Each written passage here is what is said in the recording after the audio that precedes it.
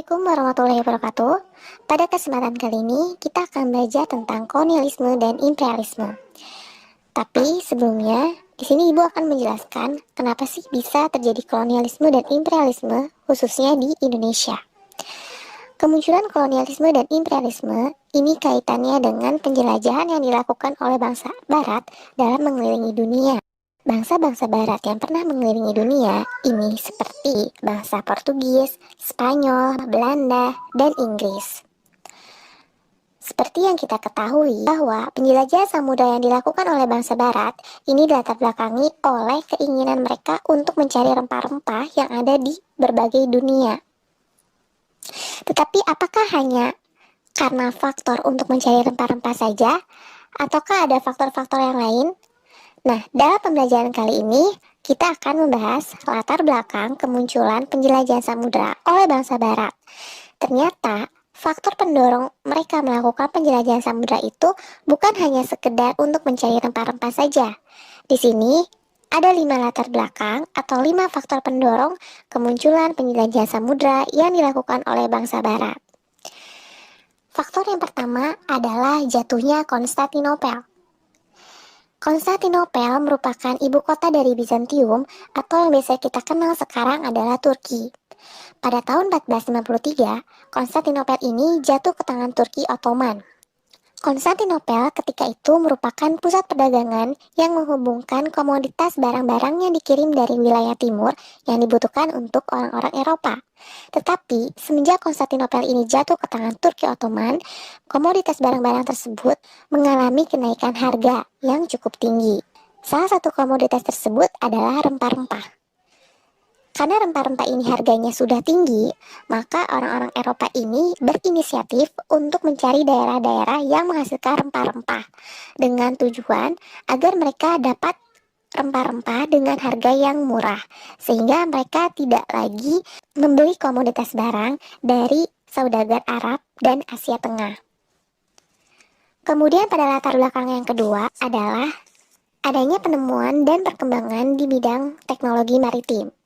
Nah, perkembangan teknologi maritim ini seperti ditemukannya kompas, teleskop, peta dunia, dan karavel. Karavel merupakan perahu cepat yang ukurannya itu kecil sehingga mudah dikendalikan untuk menjelajahi samudra.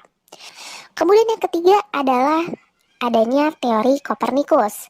Nah, seperti yang kita ketahui bahwa teori tersebut mengatakan bahwa bumi itu bulat.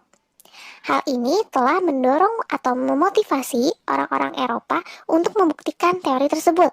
Mereka ingin mengetahui apakah jika mereka berangkat dari titik A akan sampai kembali ke titik A, atau akankah sampai lagi ke tempat di mana mereka pertama kali melakukan pelayaran. Kemudian yang keempat adalah karena adanya buku catatan perjalanan Marco Polo. Dengan adanya buku yang berjudul The Travel of Marco Polo yang terbit pada tahun 1300 telah memotivasi orang-orang Eropa untuk melakukan perjalanan yang sama seperti yang dilakukan oleh Marco Polo. Dan yang terakhir adalah adanya dorongan 3G atau biasa kita sebut dengan Gold, Glory, dan Gospel. Gold di sini artinya adalah emas, tetapi memiliki lambang sebagai kekayaan, di mana orang-orang Eropa ini ingin menjadi negara yang paling kaya dengan mencari rempah-rempah yang paling banyak. Yang kedua adalah glory. Glory di sini adalah kejayaan, di mana negara-negara Eropa ini ingin menjadi negara yang paling jaya. Maksudnya adalah yang kedua adalah glory. Glory di sini adalah kejayaan, di mana negara-negara Eropa ini ingin menjadi satu-satunya negara yang dapat menemukan negara penghasil rempah yang paling banyak. Karena pada saat komoditas rempah ini harganya naik di Konstantinopel, orang-orang Eropa ini seperti berlomba-lomba dalam mencari negara penghasil rempah. Nah, maksud dari glory di sini adalah ketika mereka berhasil menemukan satu negara yang paling banyak, maka negara tersebut dapat dikatakan negara yang paling jaya atau yang paling hebat di antara negara-negara Eropa lainnya. Dan yang terakhir adalah gospel. Jadi, selain mereka ini mencari rempah-rempah, mereka juga memiliki misi suci yang disebut dengan gospel atau menyebarkan agama Nasrani atau agama Kristen. Dari latar belakang tersebut, maka lahirlah penjelajah samudra yang berasal dari berbagai negara Eropa. Tokoh-tokoh tersebut yang pertama adalah Bartholomew Dias. Bartolomeu Dias melakukan pelayaran pada tahun 1488 dengan menyusuri pantai barat Afrika hingga sampai ke pantai selatan Afrika yang disebut dengan Pantai Tanjung Harapan.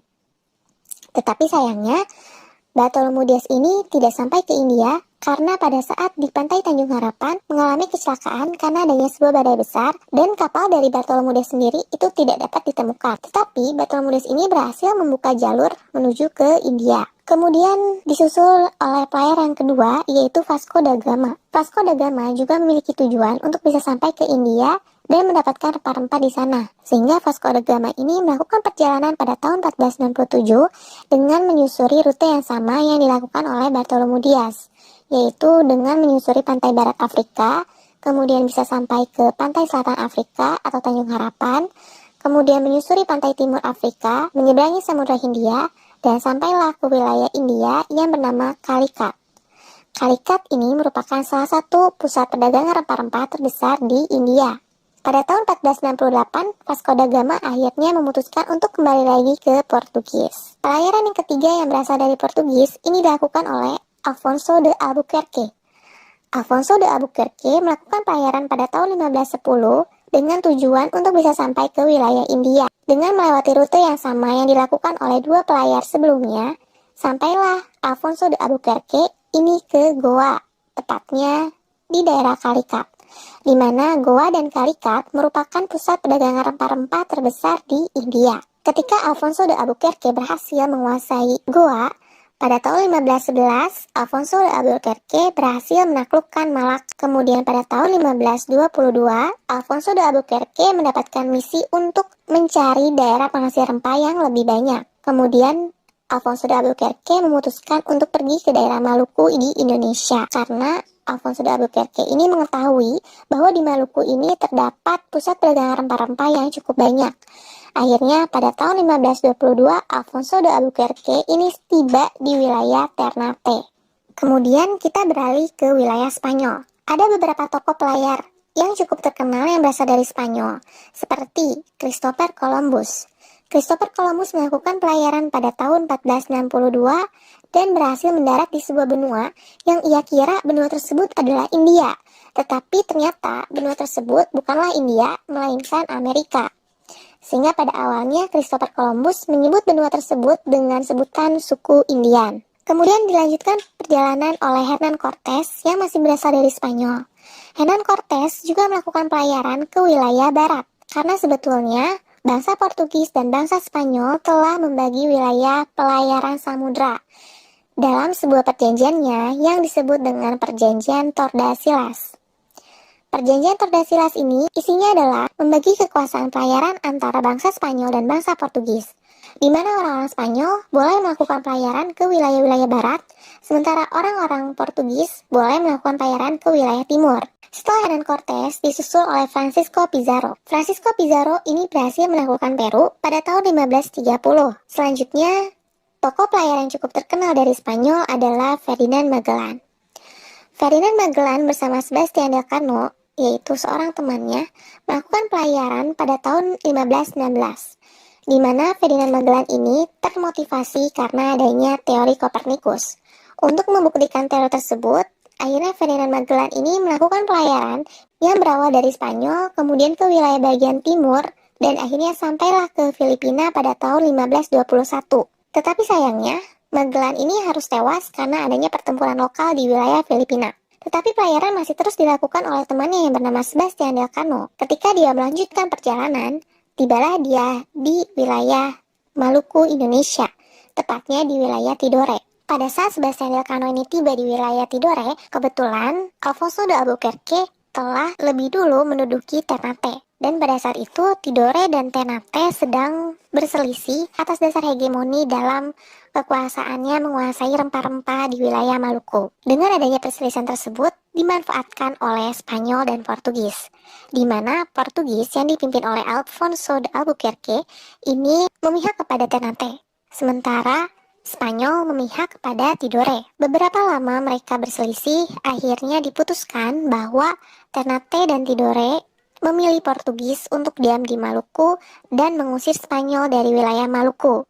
Karena ada perjanjian Tordesillas yang dilanggar oleh Spanyol, bahwa Spanyol seharusnya tidak boleh ke wilayah timur. Sampai akhirnya Spanyol memutuskan untuk kembali lagi ke wilayahnya dengan menandatangani sebuah perjanjian yang disebut Perjanjian Saragossa, di mana isinya adalah mengusir Spanyol dari wilayah Maluku dan menetapkan Portugis di wilayah tersebut. Kemudian, tokoh-tokoh pelayaran yang berasal dari Inggris di sini ada 3.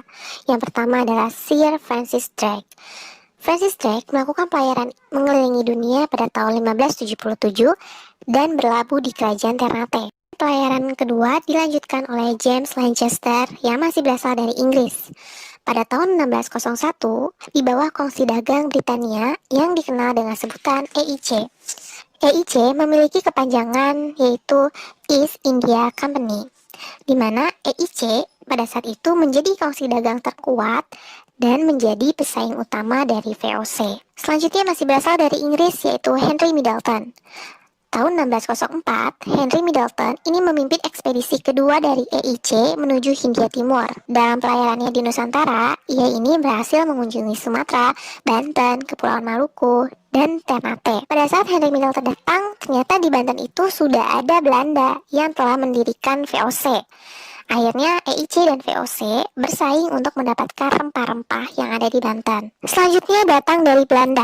Ada beberapa tokoh yang terkenal yang pernah melakukan pelayaran ke wilayah Indonesia tepatnya, yaitu Cornelis de Houtman. Cornelis de Houtman merupakan bangsa Belanda yang pertama kali datang ke Indonesia. Cornelis de Houtman ini berlayar pada tahun 1565 dengan menggunakan 4 kapal dan tiba di Banten pada 1566. Di mana pada saat itu Cornelis de Houtman menemukan banyak rempah-rempah yang ada di Indonesia. Setelah itu dia kembali lagi ke Belanda dan balik lagi ke Indonesia dengan membawa banyak kapal dari Belanda yang menjadi latar belakang terbentuknya kongsi dagang di Indonesia dari Belanda yang dikenal dengan sebutan VOC. Dengan adanya kemunculan tokoh-tokoh pelayaran samudra hingga sampai ke Indonesia, maka terjadilah sebuah istilah kolonialisme dan imperialisme. Kolonialisme berasal dari kata koloni, yang artinya adalah wilayah kekuasaan. Dan isme artinya adalah paham. Jadi kolonialisme merupakan suatu paham yang menganut adanya pengembangan kekuasaan suatu negara atas wilayah beserta manusianya yang berada di luar batas negaranya. Sementara imperialisme berasal dari kata imperium yang artinya adalah memerintah dan isme artinya adalah paham. Jadi imperialisme merupakan suatu sistem jajahan yang dibentuk dengan cara membentuk pemerintahan jajahan di wilayah yang dijajahnya. Kolonialisme dapat dibedakan menjadi beberapa macam. Yang pertama adalah kolonialisme eksploitasi, yang kedua adalah kolonialisme penduduk, dan yang ketiga adalah kolonialisme deportasi. Nah, apa sih bedanya antara eksploitasi, penduduk, dan deportasi? Nah, mari di sini kita bahas satu persatu, dimulai dari kolonialisme eksploitasi. Seperti namanya, bahwa kolonialisme eksploitasi yaitu penguasaan wilayah untuk dikuras habis sumber daya alamnya demi keuntungan negara penjajah. Kemudian yang kedua adalah kolonialisme penduduk, di mana kolonialisme penduduk ini artinya adalah upaya untuk menyingkirkan penduduk asli sehingga lebih banyak ditempati oleh penduduk negara penjajah. Jadi mereka ini mempunyai tujuan untuk menggantikan penduduk asli wilayah tersebut dengan penduduk yang berasal dari negara penjajah. Contohnya adalah benua Amerika yang dikolonialisasi Inggris membuat suku asli Indian itu jadi terdesak.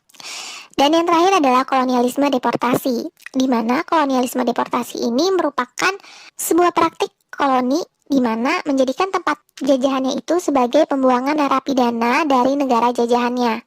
Contohnya itu seperti Australia, yang pernah dilakukan kolonialisme oleh Inggris dan menjadikan Australia itu sebagai tempat untuk membuang para narapidana dari Inggris. Nah, selanjutnya adalah imperialisme itu dibedakan menjadi 2 macam. Yang pertama adalah imperialisme kuno, dan yang kedua adalah imperialisme modern.